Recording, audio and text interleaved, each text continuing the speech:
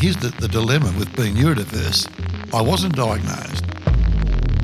When you abuse a child and you abandon a child so the attachment is poor, they learn to defend themselves. Yeah, wow. And so that's part of why I'm a difficult person. Don't ever change. This place is going to knock you around. I heard a voice behind me saying, Peter, you're over the top, you're wild, you're intense, this drives us mad. And I turned around to defend myself. And it was you. And it was me. Filthy hope, faith with no filter. A grounded space to wrestle with faith.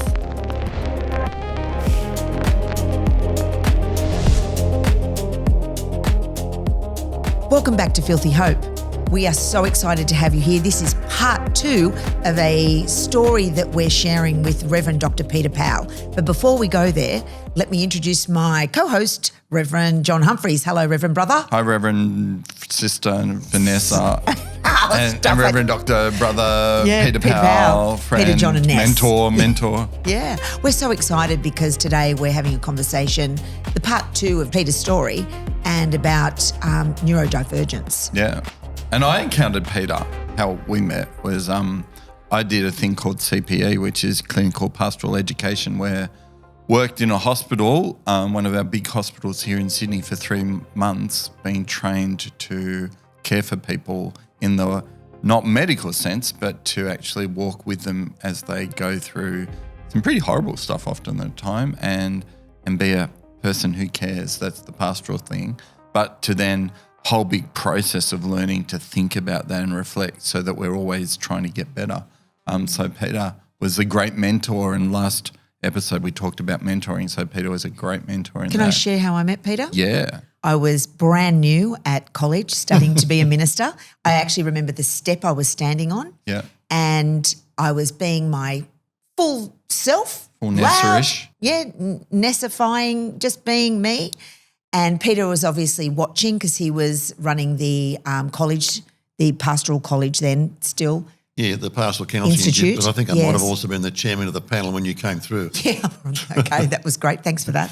And Peter was watching, and we'd do the breakouts for morning tea and lunch, and you were watching how we all were interacting and behaving.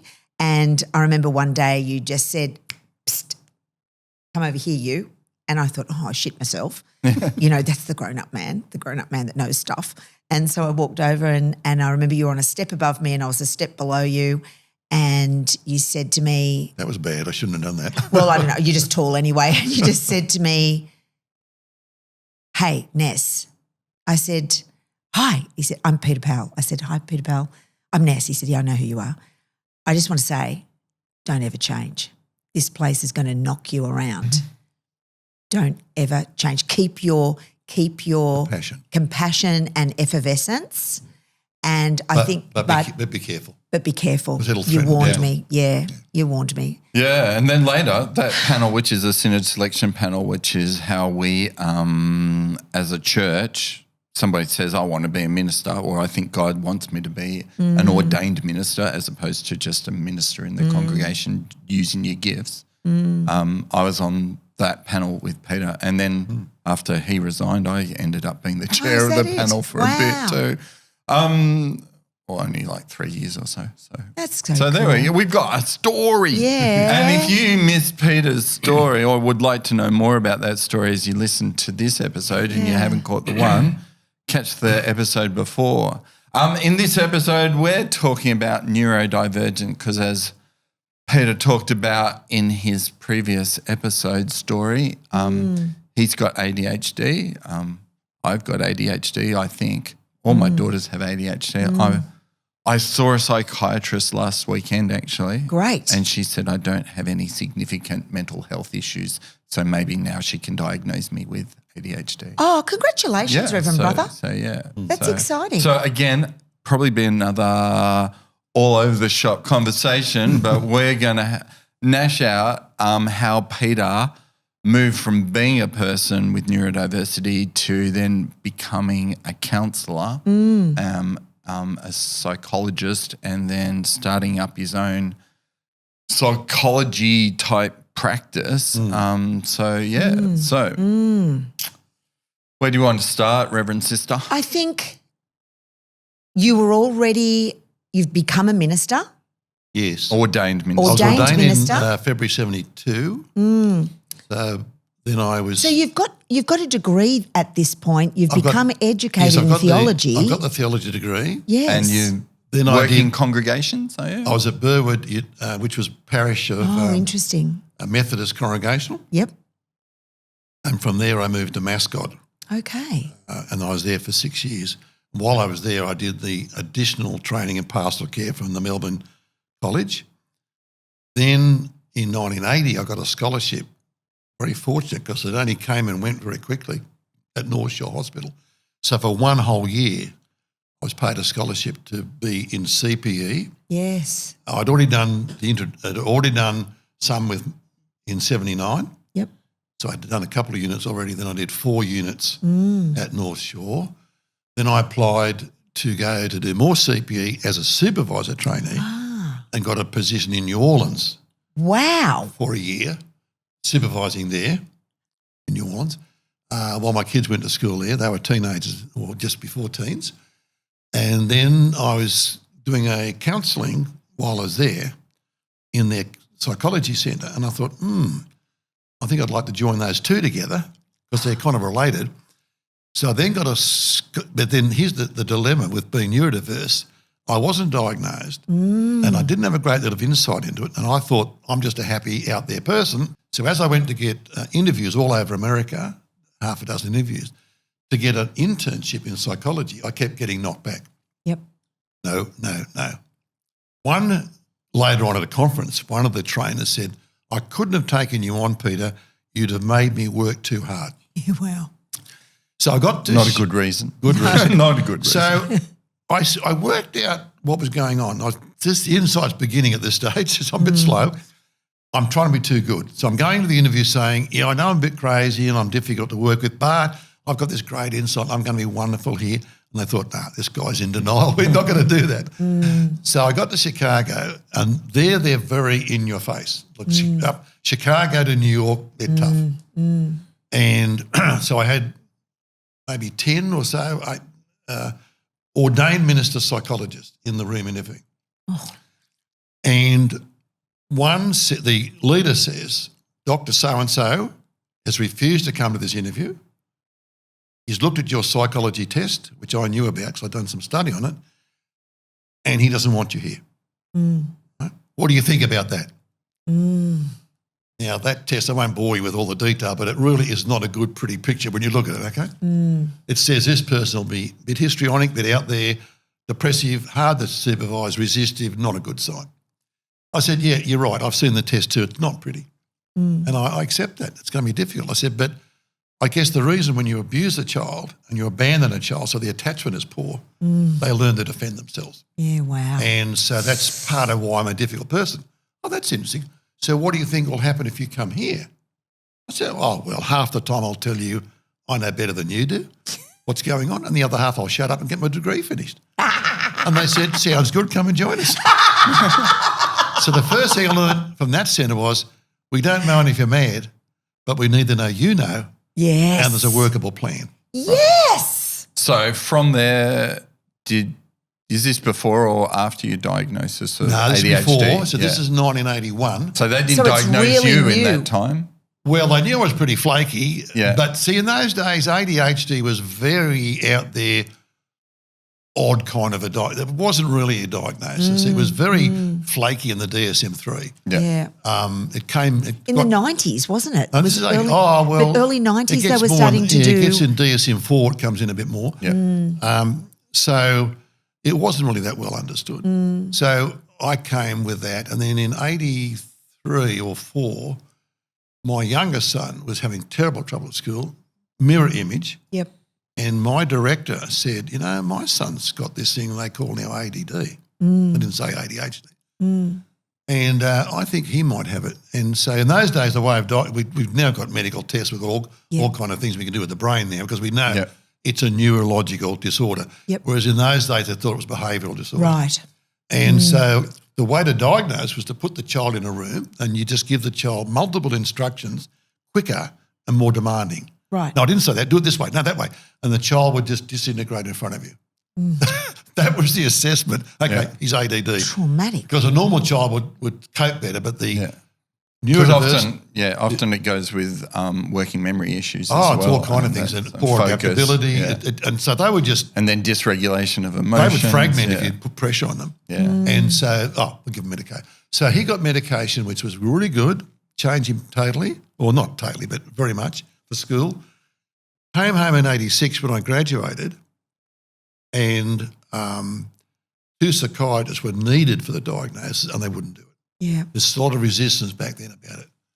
And partly, there's a whole lot of resistance for all kind of reasons, not the least of which the leading paediatrician who was medicating and not over-medicating, in my view, was a South African. And there was a lot of racism about South African paediatricians telling us how we could do medicine. Yep. So it was very much resisted. So he didn't get it, and that was sad because his life was badly affected by not having medication. And as I said in the last post we had when we talked to you, I didn't get my meds until 2007. So another 10 or more years. I was years. I thought, 15 years later. Well, I'm thinking I'm coping okay because I'm not having too much depression. I'm not having too much anxiety, but I'm driving my wife totally bonkers. And you're a reverend and you're a psychologist all at this same time. The management of your whole being must have been extraordinary, holding it together. Well, I wasn't always holding it together, but see, there's bodies on the ground. I just walk over them. So Peter. You don't notice because everyone else needs a medication, not me. I'm fine. But there's an old joke in psychology about, I'll give the short version, which is you train the students to be caring, soft, gentle and wise and listening and waiting for a story to come to you. It's like training a donkey that takes the class out. Donkey will not respond to anything, no compassion, no listening, nothing. And so the trainer picks up a lump of wood and whacks the donkey between the eye, and the donkey moves. And the class says, hang on, what's with a lump of wood? Where's the compassion and the kindness? Sometimes you have to get the donkey's attention first. So in 1989, my wife picked up the lump, well, not literally, Donged you.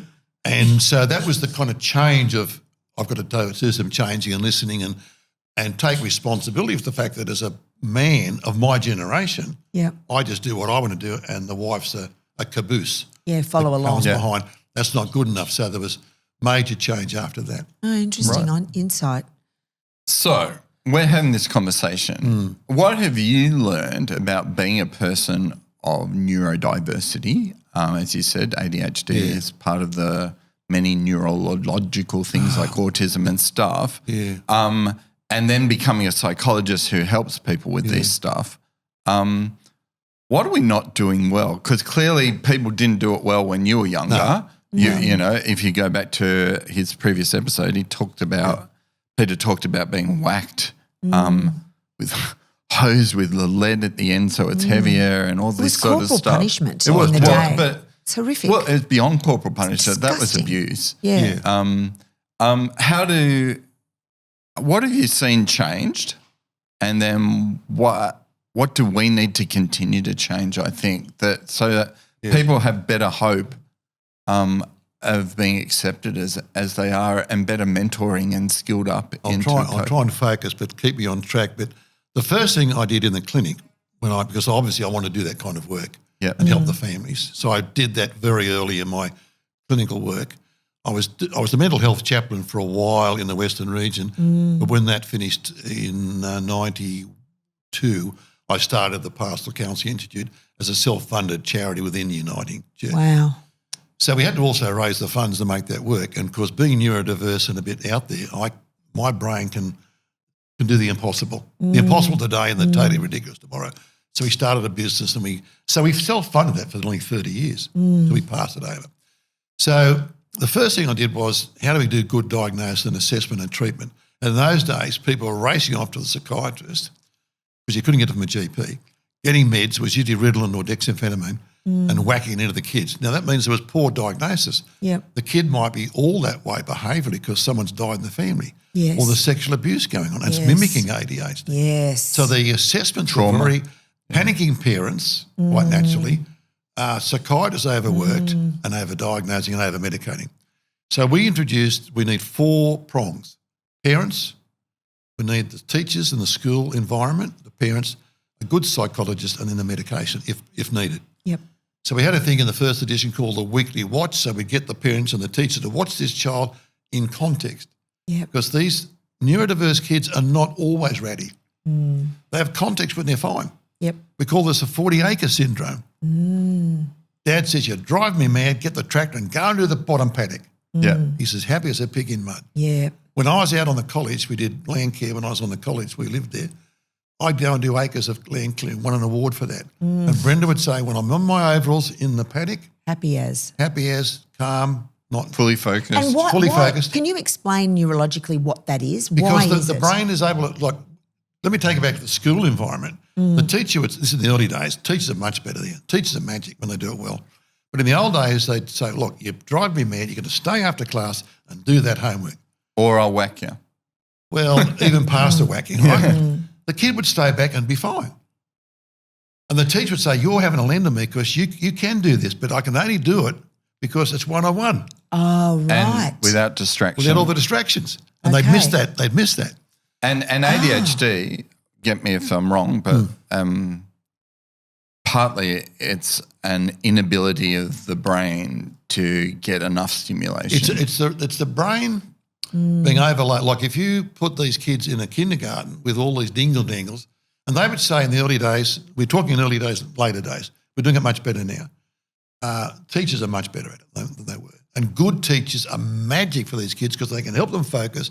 They can do little techniques in the classroom. Yep. There's videos you can get watching a clinician doing 35 ADHD kids in one classroom and just constantly reinforcing and nurturing and mentoring keeps them under control. I've done this at high schools many times.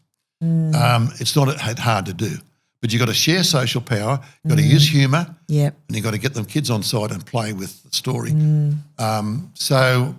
So you've got to get those. So the brain's very distracted. So they would say, oh, this child doesn't pay attention. And I'd say, no, this child is paying attention to too many everything. things. Oh, to trying all to the gather stuff. in as much stimulation They because can't. that's why you need a dexamphetamine, which You is need a the stimulant medication to. because the brain's trying That's to it. get stimulated That's it. by That's it. bringing as much Well, it's not stimulation. trying to do anything. It's like an open door. It just Yeah. takes it all in. Yeah. So when I take my meds by about 10 o'clock when I arrived here, I'm starting to really focus because the medication's helping. Now, it doesn't fix everything. No. It sounds like it's a super brilliant superpower in a way, to be that smart, to be able to have all this attention going in all these different areas seems like a very smart frickin' brain to be able to do that. What's the brain, as Peter said? I mean, there's difference between intelligence and neurodiversity. Just because Yeah, you you're not- have neurodiversity Yeah, it doesn't mean you're smart. doesn't But mean is- that you're intelligent. But if you are smart, It's a type of But smart. in terms of the brain working, it's just amazing how the brain works. Yes, and and when our brain works differently, which is Yeah. what neurodivergence is, the normalness Yeah. of the bell curve, and then there's people whose On the edge. brains Yes. are still normal. They just as not as normal as the main group of Yeah, people. well, they have that frontal lobe problem. They got the overstimulated. So the medication is really only putting the battery fluid in and making the brain work properly. Yeah. I had a trainer in So America, fascinating. a psychologist trainer, who went back to medical school at 60 to learn about the brain because this was the beginning in 1983 for, hang on, maybe it's a biological issue. And he would have a plastic brain on the desk when he was lecturing and he would just play with his brain. And they always said, why are you a 60-year-old psychologist going to medical school so I can learn about the brain? Yeah. So we were just getting the idea back in the early 80s that there was a neurological issue. So the medication's just helping that. But if you get it, the earlier the better because then you can learn good social skills. But if you get it later like I did, you've got all these bad habits you've learned about. Panic. Yeah. I've learned things like I can't do that. So what do? Yeah. John, can you read that for me? I haven't got my reading glasses. You don't know I can't read and write. So you learn all these techniques to cover up what masking. you can't do. Yeah, wow. Masking. So That's one day at amazing. North, But also, and then you bring in mindsets as well that, Incredible. I can't do it, therefore I'm it's dumb. it's a multiple issue. Which is why we got this four-pronged thing. And then you've got to do individual assessment and individual treatment plan for each person. Yes. So it's expensive and Yes. difficult. And so when it breaks down in the current time, because people are overloaded and busy and there's only one person putting input or two, and it's not coordinated. The other thing you get, I've had schools say to me, I'll say, look, this child is now 15 in the high school. He will need mentoring right through. And I can train the teacher to do it because you can do it quite easily. You get the child at a quieter moment when they're not stressed out, and you don't blame them. Obviously, it's hard for you. How can we work together? And there might be a little signal that this teacher, this kid, it could be a touch on the shoulder, could be a pull in the ear or something. And he goes up to the desk and he says, hey Johnny, you're a bit distracted. He's all over the place. It's science, mate. It's this book. And then reward while you're mentoring. This is great. You can do this. Yes. You've got to encourage. Now, that child, they say, but I can't do that with 30 kids. Yeah. There's 5 of them. I said, yes, you can. Yeah. Because if you don't, they'll drive you mad. Yeah. But if you just keep going around the class, you've got to move around though. Yeah. And you move around just doing this, and while you're doing the teaching, it's fine. And good teachers do it really brilliantly. But here's an example of when it doesn't work. We had a conference when they all came in with their problem children, right? So there's about 30 teachers. And I say, okay, bring all your stuff in. And this beautiful teacher, 28, recent master's graduate, special ed, the whole bit, has a file, a lever arch file that thick on an 8-year-old. On one kid. One child. That tells you straight away that's over-servicing. There's something not working here. So I said, give me the file, I'll look at it for you. So I open the file and I look at the first page of about 200 pages. And I say, well, that's where it's going wrong. How can you say that? You've not read the file. I don't need to read the file. Because on your first page it says, this child must. Yeah. Why? You made a social assumption that the child coming to school must do what you tell them to do. Yeah. And the child doesn't believe that. No. And so we had to reshape teachers to think about it's not the child's job to learn, it's the adult's job to provide the environment the child wants to learn in. Yeah. Now, if it's an oppositional defiant child, different program, different strategies. We're talking about the neurodiverse kid who will cooperate. He'll love you. He'll walk on hot coals for you if you mentor him or her. Yeah. It's so interesting. My daughter's a speech pathologist and she's working with peds. And so she gets the little kids and most of them are neurodivergent and pending paediatric diagnosis by 5. They don't often like to diagnose before. Under 5, no, because that's right. You could be just a wild kid that just has a wild nature. Yeah. And it's a multi-pronged allied health arrangement these days, which is awesome. And Aurora works in the community. So she works in the school. She works, so she loves to do the work in the situation where the child is, works with the parent, works often with an OT and works with the teacher. And she said, this is where you get the most incredible changes in the child because they're able to focus and learn. And she really, as I hear you speak, Aurora's being like a mentor to that child in the moment. That's the ideal environment. Yeah, it is. And it's incredible, but it's so expensive. Yeah. It is. That's the problem. Not everybody can afford this. It takes a lot of people. It does take a lot of people to make that work properly, but takes a village. But if you don't do it, it's going to cost you more anyway because they're going to be in. If you go to a jail, and probably if 5 or 6, 7% of the world are neurodiverse, then it's 20% in the jail that are neurodiverse. Reading, writing. Correct. People that don't read and write are in jail. So our corrective service system is pretty well back in the 19th century. So we've got to, and that's not the fault of the people trying to do the hard yards. We just don't fund it properly. And we have a system that is different. Like if you go in Norway, they've got a whole a four-pronged approach that sees and normalises less people in jail in the Scandinavian countries. And of course, if you look at the less reoffending, and the Aboriginal culture never had jails. 60,000 years never had a jail. So you've got to ask the question: what are we doing wrong? And in the West, we are into the let's throw the coup away and punish the bad people. Let's punish them, which we've learnt from putting people in hulks. During back in the 17th century, treat the symptoms rather than address the problem. So, but of course, if you do that, you start to sound like a bleeding heart. So when I did my work, I was always tough love, and that's why we got a good reputation in the courts when we had to deal with kids, because the judge would know Dr. Powell will not just we had a bad childhood. He's neurodiverse, poor little thing. You'll say he is neurodiverse. We've got to get the meds. We've got to work with him, but he's got to take responsibility too. He just can't thump people and get away with it. Yes. Because they get very violent. Yes. They get frustrated and they lash out. So in this story, we've had your son who didn't get the treatment medication. the medication that he needed, He has and now, that's caused. So it gives you that early years of frustration, which is hard to catch up on. So part of this, the hope for people is identifying Early.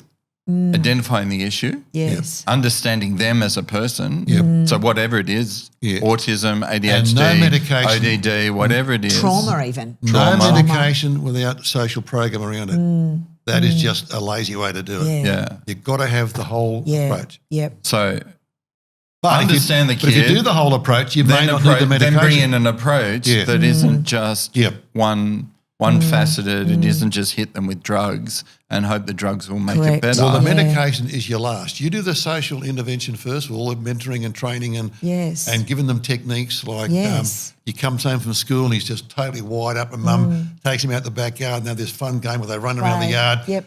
I don't know, singing Yankee Doodle Doo, whatever. Yeah. Whatever it takes, rather than saying, go and change your clothes and put your old play clothes on because that's a change of behaviour. Yes. He gets distracted. He wants to play in his school clothes. Then he's fighting and yelling at his mother. Yeah, so all the mentoring and training and neurological training of the brain of the child needs to happen before you try the medication. And you know the it's super interesting. Aurora often talks about she's doing all this great training with multifaceted approach with lots of different allied health professionals and the educators at the same time and seeing these great changes in the children, and the children are not medicated because they're still too young. But she said the interesting thing is the parents are often autistic, ADHD themselves. Absolutely. And they are struggling in their own world. You've got to train the parents too. Yeah, she does. She says a lot of my work is with the parent, helping the parent understand. So understand yourself, understand others, understand the issue, and then adapt so that it's caring and compassion without just, as you said, with an accountability within that, because you want to actually give people agency. Absolutely. And if they can be trained and mentored, because that's the idea of mentoring, is you empower people with the skills so that they can do stuff. But the social change's got to go with it because it's probably a bit – I've been out of the clinic a while now, clearly retired 7 years, but when we did I think one of the second edition of the book, and it's called Raising Difficult Children. Yes. Creative management to help children live creative lives. But that word difficult struck on we can't call children difficult, that kind of, they would call it woke, but I hate that word, but that kind of, you can't do that. So one seminar. Or anti-woke. Anti-woke. So one place Judgmental. even changed it when Brenda got out there because she was the lead trainer, and they've changed it they've taken the word difficult out, and we were furious because if you have a problem with the word, you don't have those kids, right? Yes. But the parents never had a problem with that word. Yeah. No, and it's not saying that the kid's difficult. It's that we find John. it difficult. No, wrong. The kid is difficult. Yeah. Right? But it's in a world that's not difficult for us to manage. No, they are difficult. And when an 8-year-old or 9-year-old can say, Mum, this program's helping me learn, I'm difficult. Yeah. And because I drive myself mad, John. Yeah. As much as other people. Yeah. I irritate myself. Oh. You say that about your own I put self. on the Facebook years ago, I heard a voice behind me saying, Peter, you're over the top, you're wild, you're intense, it just drives us mad. And I turned around to defend myself. And it was you. And it was me. So I use humour to cope. Yeah. But the bottom line is I was not getting really better until I said, bottom line is I irritate people. Yeah. I'm intense and I overwhelm people. That is me. So and that's your difficulty. That's my difficulty, but I've got to own it because if I don't own it, it's someone else's problem. Yeah. Or the medication not working. Yeah. And then we taught the technique of the 6-speed gearbox. The old American automatic in the 50s, you had a big V8 motor, 2 speeds. First gear to get the thing rolling, straight in the top. That's the neurodiverse hyperactive. Hi, I'm here. Or a trauma brain. Or trauma. Well, that's the alternative, isn't it? So we have the 6-speed. So when I know that my voice in the head is normal, too fast and too loud. So it sounds right in here, but I know it's not. You got to bring it down a gear. So I go down and I go softer, Dun, slow. dun. So I'm teaching a class. I'm doing it right now. I'll say, let's go into buzz groups for 10 minutes to look at this case. Yeah. I probably did it when I was teaching you at Westmead. I don't know if I did it then. And then that gives a space for me to go, because if I keep talking, it gets louder and faster Ears and builds go up up. and up and up. Yeah. I've been told a number of times in getting excited when I'm talking to social workers and judges and that, and they're not going the direction I want them to go in, and I've had them say, please don't yell at me. Yeah, right. And I'm not aware I'm yelling. No. Yeah, interesting. So I've got to be really cautious about if it sounds normal, too loud, too fast. Oh, wow. Last question, because we will wrap this app up. Where's God in all that? Where's Like God in all that? Is there a theology of I think it's about that theology. It's that sense of I want to be the great psychologist, right? And I was going to write. I've written books and articles, but I was going to write. And they're all going to adore me and come into my seminars, pay $1,000 to come. The bottom line is, I'm average, and I'm average because I'm above average intelligence, but not brilliant. And I've got this neurodiverse thing, so I'm never going to do the great thing. And I wanted to be, but the theology was, I have made you ordinary for a purpose. I'm the Mr. Holland of psychology. You know the movie. Yeah. Very good at his music, but not great, but able to facilitate others into amazing things. I've got psychologists much better than me. I've got ministers like you, John, much better ministers than me. Yeah, because I'm able to get people encouraged and people have said to my wife, he is the most patient person I've ever met. And she says, who are you talking about? So when I'm focused on my education, I can do very well.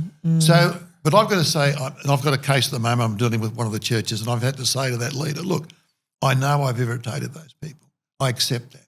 And I always write my letters when I'm challenging, I'm always open to critique of my own position because I recognise that. So when the child says, it's like when you say the child's got leukemia. When they own it, they can work with it. Yeah. So if the child says, I'm difficult, I've got this, you have, but boy, we could do some fun with it. Yeah. And I think that's, for me, when you're talking of theology, I think God, that's the idea of grit and grace. Yeah. Grace. That I'm going to stick with you. I'm going to get to know you. Yes. You get to know you. Yep. And once you accept that you're not perfect, in fact, you're probably stuffing a whole bunch of stuff up. But the wisdom of Spirit's going to work through you. I got to work through you, and we can make the world better. In a way that no one else can do it. Yeah. And God has built you with all your little idiosyncratic ways and the interesting way that your brain has been formed for a time like the last 20 years and a time like now to be able to share your story. It's no accident that this beautiful brain has been made this way. And isn't it beautiful that it was used for the glory of God through your ministry and the glory of God through your counselling and your psychology? And that's going to segue us into our next Possibly, episode. but I don't think God so. made me ADHD. No, I think but he's using it. Well, that's where I think I'll agree with you. I don't think God made me.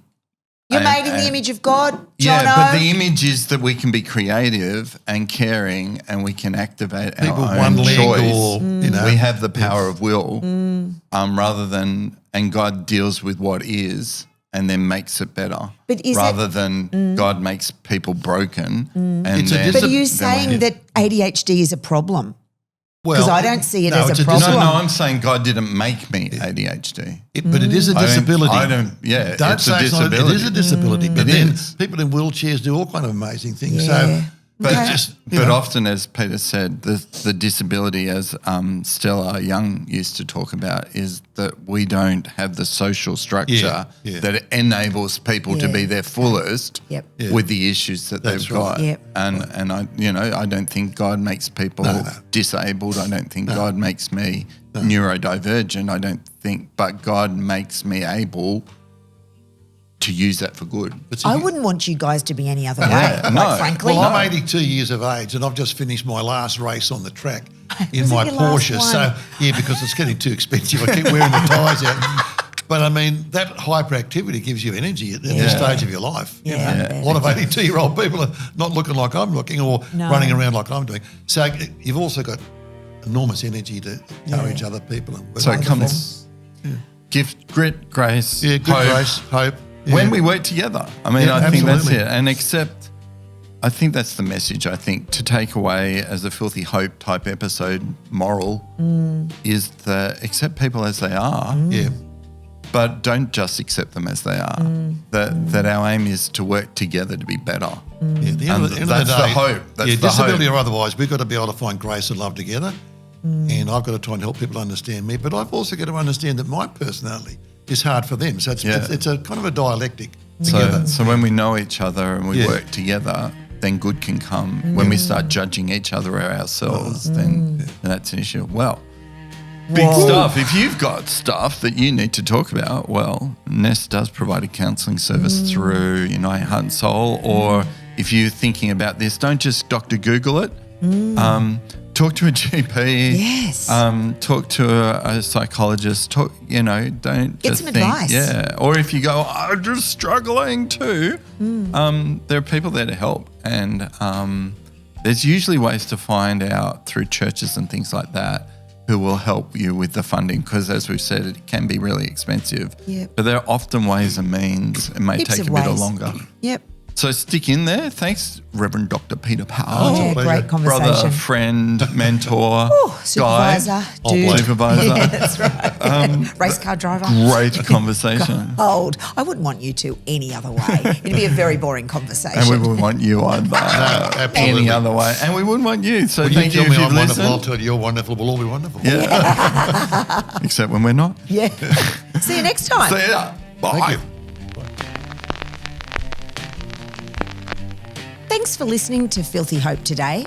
If you're not already a subscriber, could you maybe subscribe? It's going to really help other listeners find us.